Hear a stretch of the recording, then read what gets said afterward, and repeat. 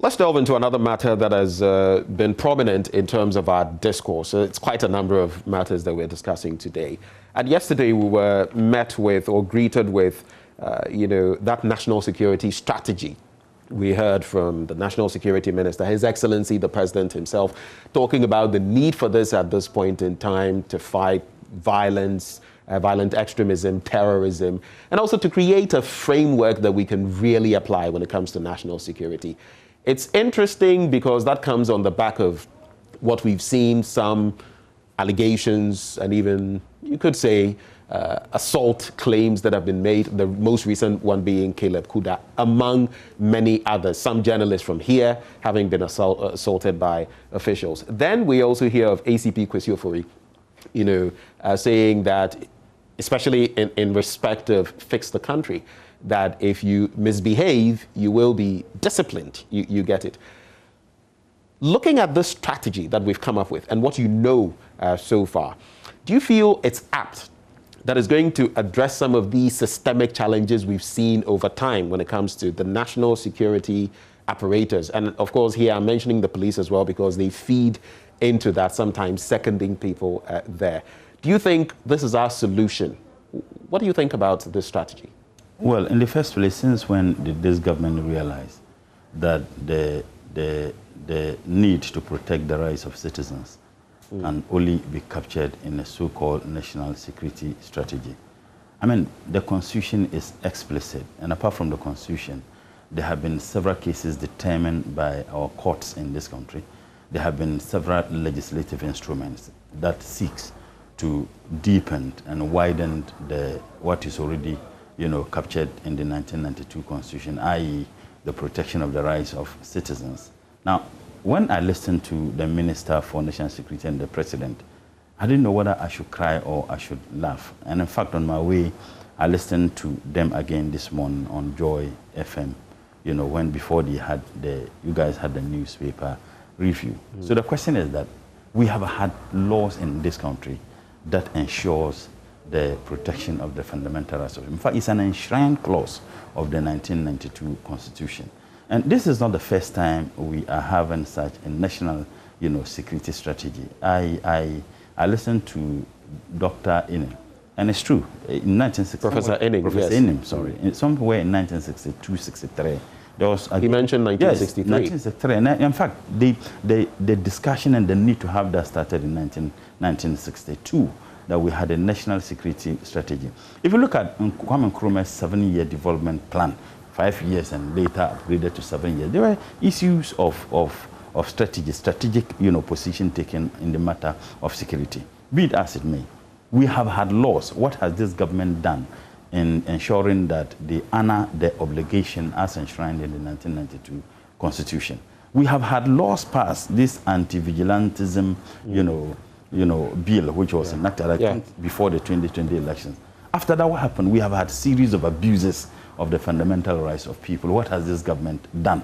I mean, clearly, recent one, the Ashanti Regional, Security Coordinator. Yes. Mind you, this anti-vigilantism and others were passed even before what happened to him. What has happened to that case? Well, to be fair, it was mentioned. He did mention some group tied to the MPP, supposedly, but the claim has been made that that group is no longer functional, and that yes, nothing bars these people from eventually getting into the national security setup, and that some of them indeed have ended up there. I mean, that is the counter that has been. I think that story brought to the fore. That story should be told to the Marines.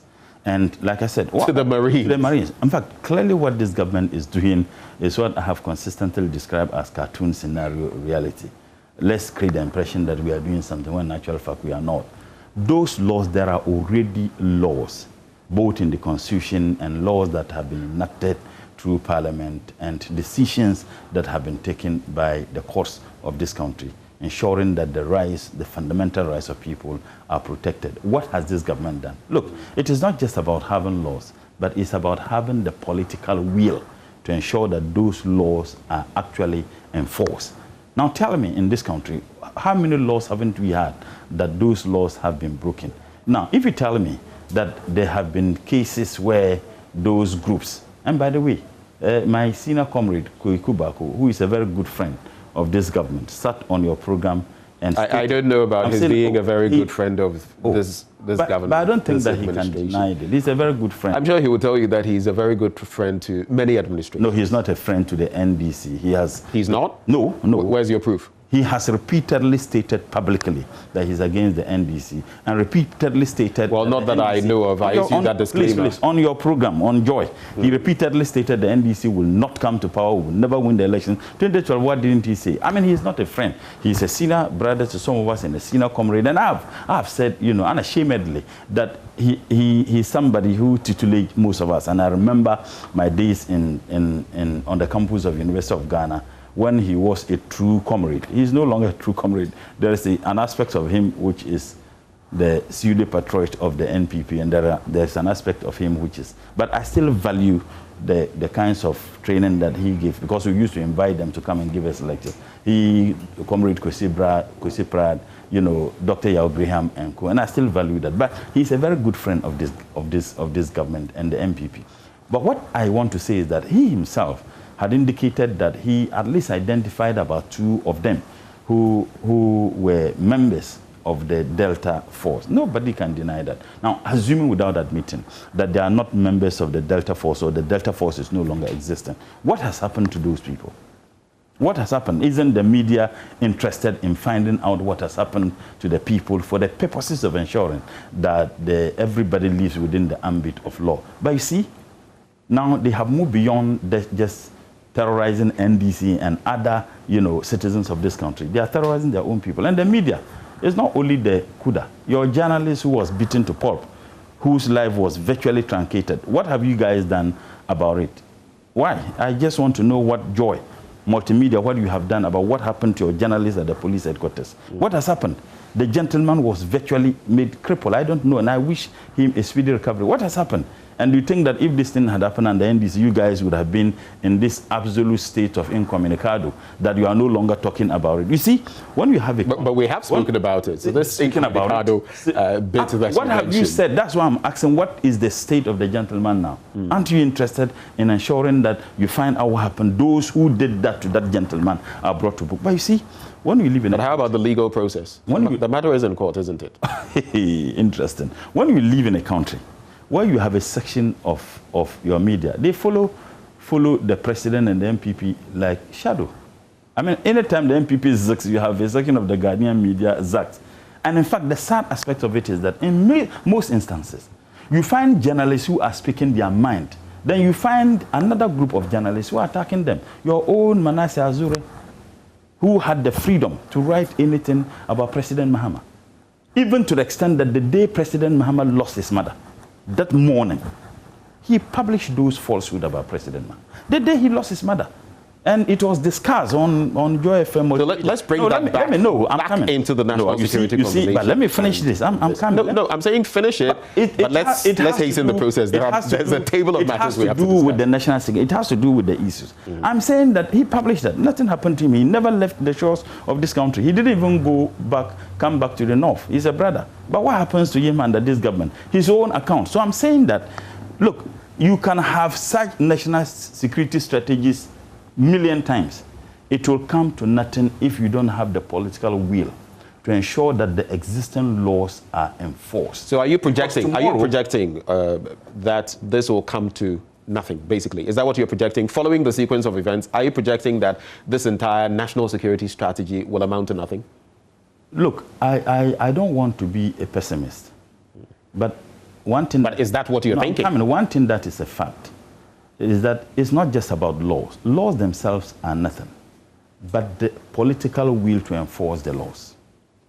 Strategies and policy documents are nothing, but the determination, the honest and sincere desire to ensure that those strategies, those policies formulated are implemented.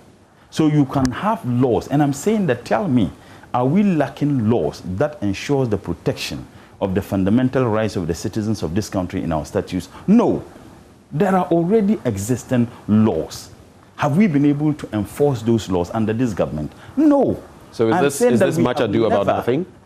I don't pray it is, but looking at the history of this government and this party, and this president and this minister for national security. And the fact that just less than 2 months or 3 months ago, you had another, national security, regional security coordinator appointed by the same government who was manhandled. He granted interview to you guys and said the dehumanizing circumstance under which he was treated and mentioned the names of those who treated him, that what happened to it. But again, in this country, you had a seat of government at the Flagstaff House where Nanka Bruce was beaten to pulp.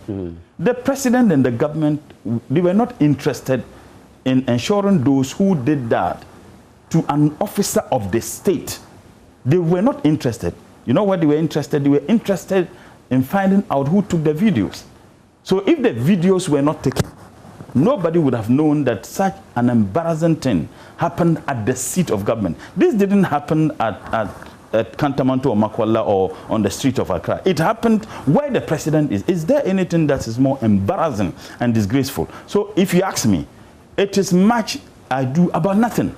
Right. Nothing will come out of this except the political will. We already have those laws in our statutes. Enforce them, Mr.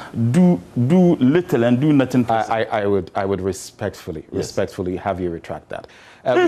We did not describe Prof. Mills. Please. I was about to mention when it happened to Professor Mills of blessed memory. We did not like it. I am not going. Your side did not support it. You should not come here. I am not going. I am not going. Listen, I am not going to retract anything. In fact, he is not doing. He himself, President Nanado. I know. Describe President. I am fully aware of that. But do two wrongs make a right? What do two wrongs make a right? Is it a breach of any law in this? No, it isn't. Is it? But for the sake of decorum. What decorum? Courtesy, I feel we shouldn't be. No, what decorum?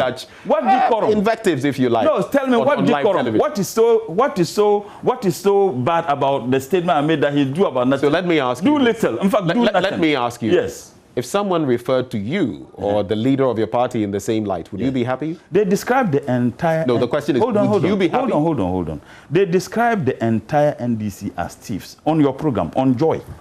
On Joy FM, they said the entire NDC were a bunch of thieves. You guys didn't do that.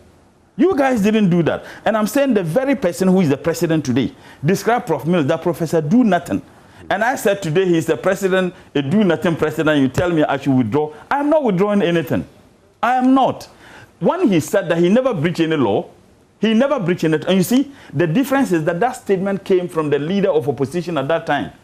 This statement is just coming from Mia Mutala. You say Mia Mutala? Oh, yes. You are a lawmaker. As compared to the president. As compared you are to the a leader, lawmaker. You want to set good example. As compared to the leader. Hold on. As compared to the leader of the opposition. But you see, if you feel so uncomfortable. So are you going to retract or not? Let's say if you feel so uncomfortable about this harmless statement I have made and the purposes of your viewing public, I withdraw it unreservedly. But I'm saying that the hypocrisy that you guys journalists have demonstrated is just unacceptable. I'm saying that those unprintable words were made on your program. They described the NDC as thieves. They described all of us as thieves. Mr. Nanado then described Prof. Mills as Professor Do Nothing. The reason why I have withdrawn this statement is not about multimedia, but it's about some of your viewing public. Left with multimedia, I would have doubled down. Well, it is unfortunate, but it is fortunate. Why is it unfortunate? It is fortunate that you have retracted. But the only point I will make is, of course, I was not sitting wherever when... It doesn't matter. But the point to be made is that if it was not good then, it is not good now. And we should not... I think that I remember very well when it was addressed to Mills. I remember even those infamous comments about a chimpanzee and all of that. If it wasn't good then, it isn't good now. But let's move on from there.